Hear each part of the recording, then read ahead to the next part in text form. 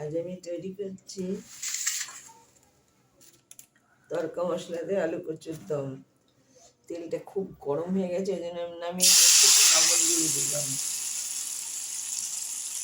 আর দিলাম একটু লঙ্কা আর একটু হলুদ।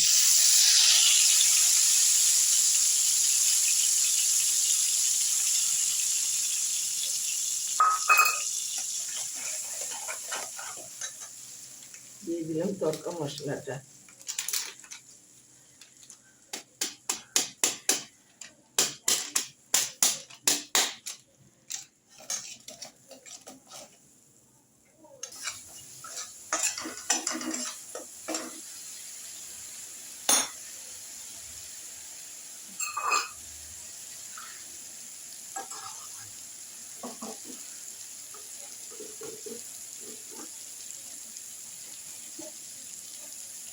ব্যালেন্সের জন্য সামান্য একটু মিষ্টি হবে, এটা ঝাল ঝালই হবে।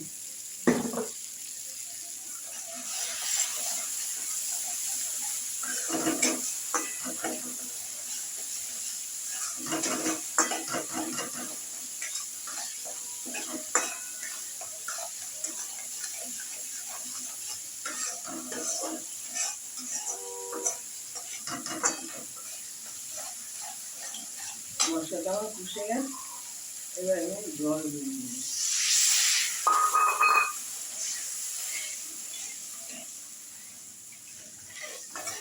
খুব একটা জল দেবো না, মোটামুটি।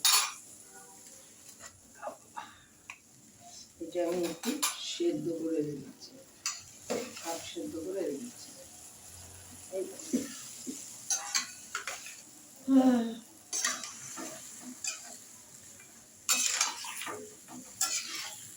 লবণ দিয়েছি আগে, পরে সামান্য একটু দেবো।